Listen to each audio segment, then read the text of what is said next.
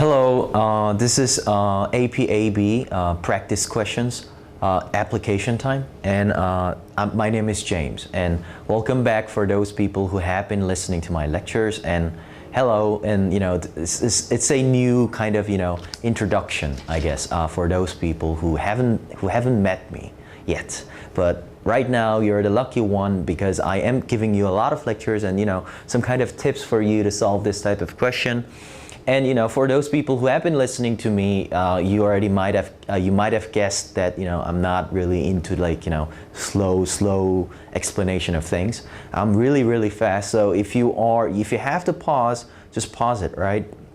But if you don't have to, just follow with me, because this is a normal speed that you have to do on your own whenever you are getting into a testing center. At the same time, I looked at Princeton, I looked at Barron's, I looked at Kaplan, and as I looked at it, Barron's is the hardest, I guess, and Kaplan is the easiest. Princeton is kind of normal to the levels, and I prepared 1998 AP/AB, and 1997 AP/AB, and probably 1993, and I think it is quite enough for you to get the gist of this AB test and prepare yourself for AB to get 5 out of 5. And I think it is enough for me to just cover those 3 practice tests. It's not practice test, it's the real test. And if we do that, because I have seen that over 15 years, it hasn't really changed any format of those, except it's getting easier and easier and easier, right? So I want you to feel relaxed and just follow with me. And I'm gonna talk about this differential calculus and integral calculus, what kinds of concepts this test actually involves. So I'm going to talk about those things, and I might introduce some of my lectures or some of the things that I already talked. So just remind that fact. So let's get started. All right, let's go to the board and let's start with number 1. Number 1. What is the x-coordinate of the point of inflection on the graph of y is equal to blah, blah, blah, blah, blah, blah. So this question asks you whether you understand the analysis of f double prime, right? First, let's get f prime first. So what is f prime? In this case, 3, so x squared, right, plus 10x, and 10x, and we can get double prime, which is equal to 2x plus 10.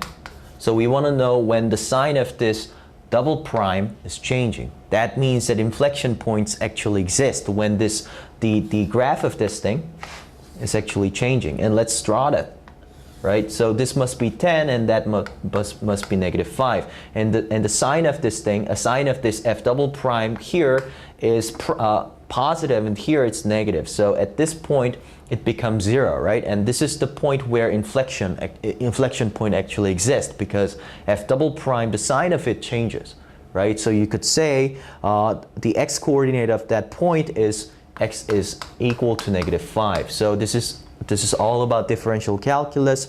So this is D, right? So let's get into number 2 then. All right, number 2. Number 2 actually asks you whether you understand the concept of integral. So this is integral calculus, and whether you understand how to find the net area. So integral from a to b fx dx is equal to the net area from a is equal to a, and a is equal to b. All right, so let's get this -1 and 4 fx dx. Right, first we can get this. Do we call trapezoid? I don't know whether we call this trapezoid, but this is the area of this thing is equal to what? Equal to, well, this triangle happens to be 1, and this rectangle happens to be 1 times 2, which is 2, right?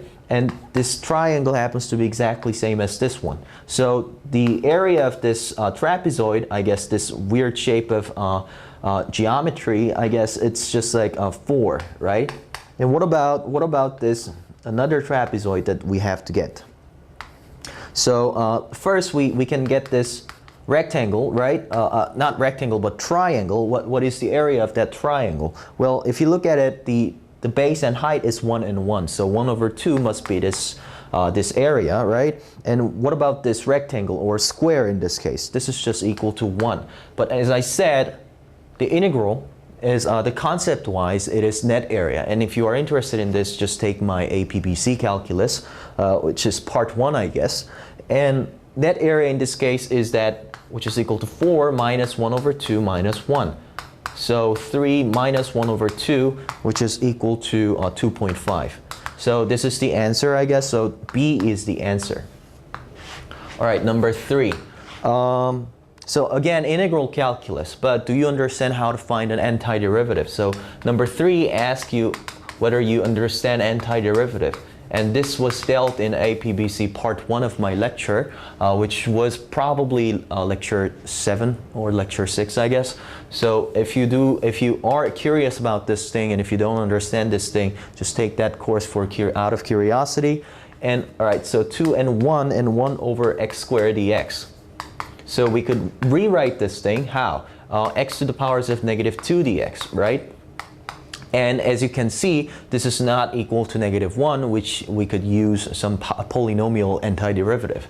So that is equal to -1 times 1 over x, which is we write down bar if you understand. And if you are familiar with this bar, you must have taken my lecture, I guess, because I was talking about this thing, right? So -1/2 plus 1. Right? And that is equal to 1/2. And do we have an answer for that? Yes, we do have an answer, which is C. All right, let's get into number 4. Number 4, it asks you, well, if you read this question, f is continuous and differentiable, which you already have to understand. Or if you are not familiar with this, take my conceptual lectures for differential calculus, but if not, you're fine, right? So A actually asks you about what? A asks you about mean value theorem, right? MVT. What is B asking you? Well, B is asking you about, well, it's same about mean value theorem, but let's see whether it is true or not, right? Well, f prime of C is equal to 0 for some C such that A is, well, smaller than C and B is bigger than C. Well, we don't know anything about this thing, right? How so? Well, let's talk about y is equal to 2x. What is y prime, which is f prime, right? F prime is equal to 2. And for any point f prime of x is equal to 2. And this actually contradicts what B is saying, right? So B is wrong. And C is right if you understand the derivative, differential calculus. And D is right as well. And what about E? Well, E is that, you know, E asks you whether you understand the differentiability and continuity. So if it is continuous, so what it says, if it is continuous, it is differential, it is integrable. So this was dealt in part 1 of my BC lecture. So if you are still unfamiliar with this thing, just take it for getting a harder concept of this thing. Because if you didn't understand what continuity means and what integrability means, then you're at loss right now. All right. So number 4 was, well, B was wrong. So B was the answer for that because we're finding which option was false. And let's get into number 5. All right, number 5. Number 5 asks you whether you do understand antiderivative of a trigonometric form. So it is asking you to find antiderivative of this thing, right? Well, this is usually connected to fundamental theorem of calculus, and